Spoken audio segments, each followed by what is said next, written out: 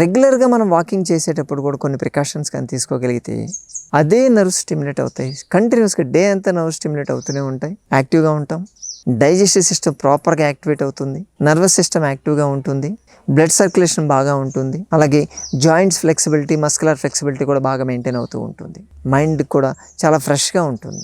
అదే వాకింగ్ మనం రోజు చేస్తే ఎలా ఉంటుంది అంటే, మార్నింగ్ చేసే వాక్ కాదండి, డేలో చేసేటువంటి వాకింగ్ సంగతి నేను చెప్తున్నాను. మనం పనుల మీద ఇంట్లో అటు ఇటు తిరగడం కానీ, పనులు చేసుకునేటప్పుడు తిరగడం కానీ, ఇటువంటివి చేసేటప్పుడు బేర్ ఫుట్ వాక్ చేయండి అని చెప్తాం మేము. సాధ్యమైనంత వరకు చెప్పులు వాడకుండానే నడవండి. ఇప్పుడు షూస్ వచ్చేసాయి, చెప్పులు, శాండల్స్ రకరకాలు. బెడ్రూమ్లో కూడా చెప్పులు వేసుకొని పోతున్నాం, ఇంట్లో కూడా చెప్పులు వేసుకుని నడుస్తున్నాం. ఏమంటే హెల్త్, ఇన్ఫెక్షన్ కావద్దు, ఫ్యాషన్, హైఫై, ఏదో రకరకాలు ఎవరి కారణాలు ఆడుకుంటాయి. బేర్ ఫుట్ వాకింగ్ చేస్తేనే మనకు అక్కడ ఉండేటువంటి నర్వ్ స్టిమ్యులేట్ అవుతాయి. బేసికల్గా మన పాదాల్లో ఎన్ని నర్వ్స్ ఉంటాయో తెలుసా?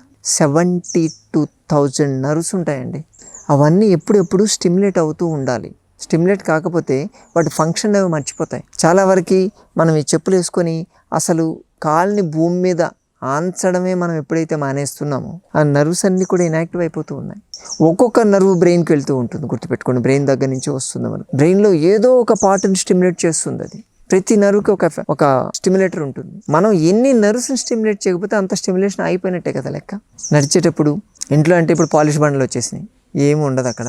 కాకపోతే సీజన్ వైజ్ కొంచెం అవి మారుతూ ఉంటాయి. చల్లగా ఉండడం, వేడిగా ఉండడం, అట్లీస్ట్ ఆ టెంపరేచర్ బ్యాలెన్స్ అయితే అక్కడ మెయింటైన్ అవుతూ ఉంటుంది. సడన్గా బాత్రూంలోకి వెళ్ళినప్పుడు ఆ చన్నీళ్ళు తగలడం, మళ్ళీ బయటికి రావడం, కొంచెం ఇటువంటివి జరగవచ్చు. సమ్మర్లో కొంచెం వేడిగా ఉండడం, ఇవి జరుగుతూ ఉంటుంది. ఇది కాకుండా మనం బయటికి వెళ్ళేటప్పుడు షార్ట్ డిస్టెన్సెస్, చిన్న చిన్న దూరాలు, కనీసం ఒక 100 ఫీట్ వెళ్ళేటప్పుడు ఆ చిన్న చిన్న దూరాలని చెప్పులు లేకుండా నడవడం అలవాటు చేసుకోండి. అట్లీస్ట్ అపార్ట్మెంట్లో ఉన్నారనుకోండి, పైనుంచి కిందికి వెళ్ళడానికి చెప్పులు లేకుండా కిందికి వెళ్ళండి. ఆ మెట్ల మీద కిందికి వెళ్ళేసి రండి. మట్టి అవుతుందండి, ఏం కాదు. మళ్ళీ కడుక్కుంటూ పోతుంది, ఏం కాదు. దానికి కూడా చేసుకోవచ్చు మనం ప్రికాషన్స్. పాత రోజుల్లో మన పెద్దవాళ్ళు ఏం చేసేవాళ్ళు, పొలాల గట్ల మీద, రోడ్ల మీద ఎక్కడ పడితే అక్కడ చెప్పులు లేకుండానే తిరిగేవాళ్ళు. వాళ్ళు ఎంత యాక్టివ్గా ఉండేవాళ్ళు, ఎందుకంటే ఆ నర్వ్స్ అన్ని స్టిమ్యులేట్ అవుతాయి. కంప్లీట్ యాక్టివేట్ అయిపోయాయి అనుకోండి, మీ బాడీలో హార్మోన్ స్థాయి కూడా పెరుగుతుంది. అలాగే ప్రాపర్ డెసిషన్స్ ఫాస్ట్గా తీసుకుంటారు, హ్యాపీగా ఉంటారు ఫస్ట్ ఆఫ్ ఆల్.